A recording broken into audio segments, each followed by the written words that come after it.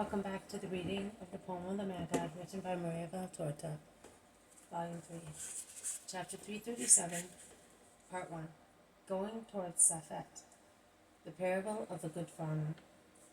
22nd November 1945. The road to Saphet leaves the plain of Chorazin and climbs a remarkable mountain range thickly covered with trees. A stream flows down the mountains towards the lake of Tiberias. The pilgrims are waiting at a bridge for those who were sent to Meron, and they do not have to wait long.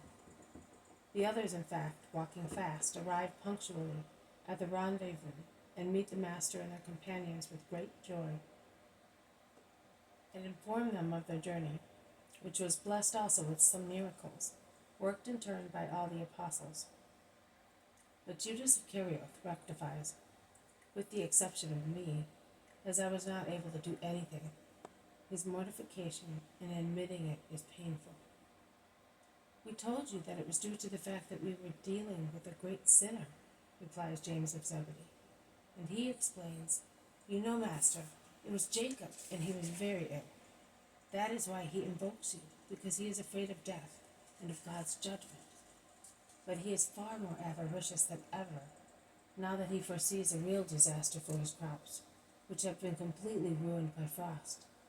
He lost all his seed corn, and he cannot sow any more because he is ill, and his maidservant is not fit to plow the field, because she is worn out by fatigue and starvation, as he economizes also on flour for bread, seized as he is with fear that he may be left without any food one day. We plowed a large extension of ground for him, and perhaps we sinned, because we worked all day on Friday, also after sunset until it was dark, and even then with torches and bonfires. Philip, John, Andrew know how to do it, so do I. We worked hard. Simon, Matthew, and Bartholomew followed us, removing the corn that had come up and had been ruined, and Judas went in your name to ask Judas and Anne for a little seed, promising that we would call on them today.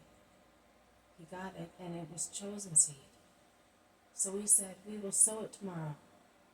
That is why we are a little late, because we started at the beginning of sunset. May the Eternal Father forgive us, considering the reason why we sinned. Judas, in the meantime, remained near Jacob's bed to convert him. He can speak better than we can. At least that is what Bartholomew and the Zealot said spontaneously. But Jacob turned a deaf ear to all his arguments. He wanted to be cured, because his disease costs him money, and he insulted the servant, calling her a sluggard.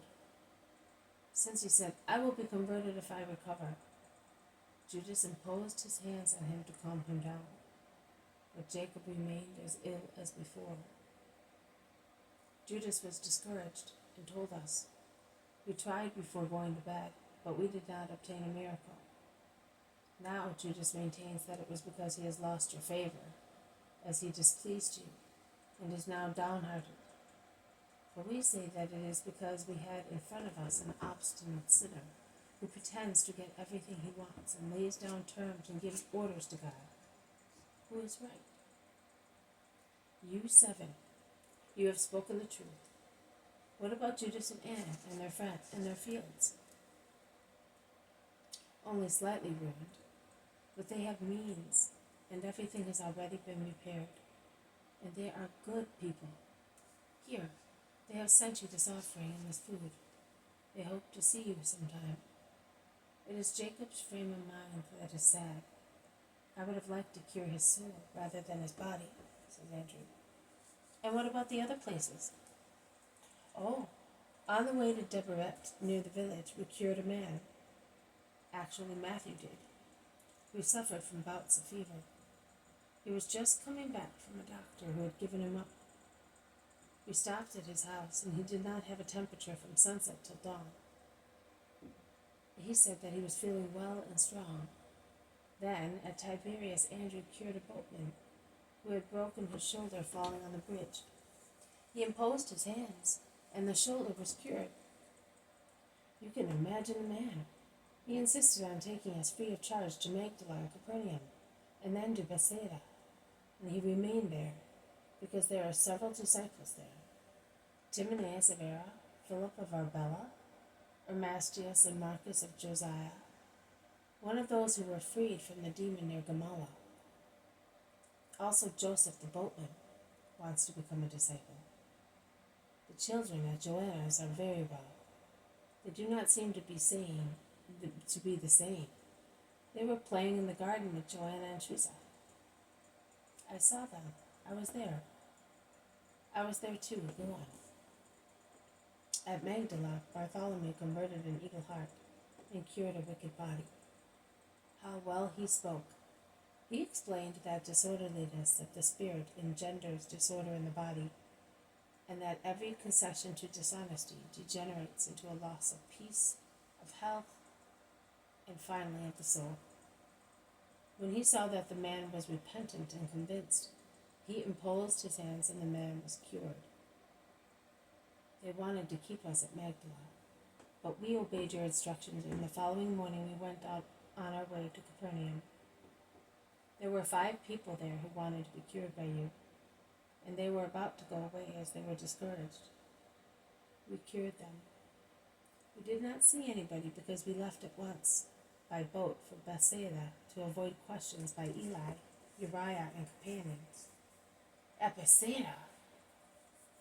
But Andrew will tell your brother.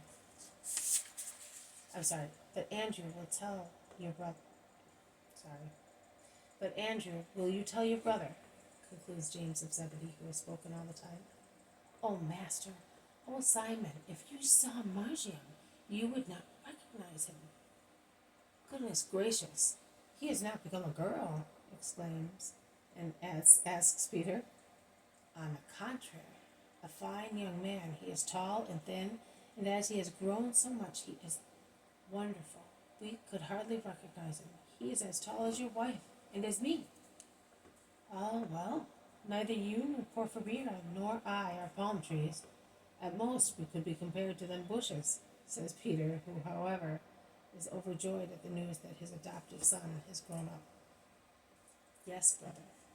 But at the recent feast of the dedication, he was still a stunted boy who hardly reached up to our shoulders. Now, he is really a young man with regard to height, voice, and seriousness.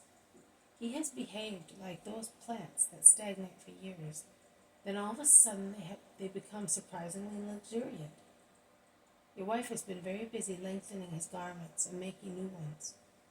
And she makes them with wide hems and flounces at the waist, because she rightly foresees that Marcion will grow more. And he is growing even more in wisdom. Nathanael, in his wise humility, did not tell you that for almost 2 months Bartholomew was the master of the youngest and most heroic of your disciples, who gets up before daybreak to pasture the sheep, split wood, draw water, light fire, sweep the floors, do the shopping, out of love for his putative mother. And then, in the afternoon, until late at night, he studies and writes like a little doctor. Just imagine, he gathers all the children of Bethsaida together, and on the Sabbath, he gives them short evangelical lessons. Thus, the little ones who are excluded from the synagogue, lest they should disturb the service, have their day of prayer, just like grown-up people. And mothers tell me that it is beautiful to hear him speak, and that children love and obey him with respect, and are becoming very good. What a disciple he will be. This has been a reading from the poem of the Man God, written by Maria Valtorta, Volume 3. Chapter 337, Part 1, Going Towards Saphet, the Parable of the Good Farmer.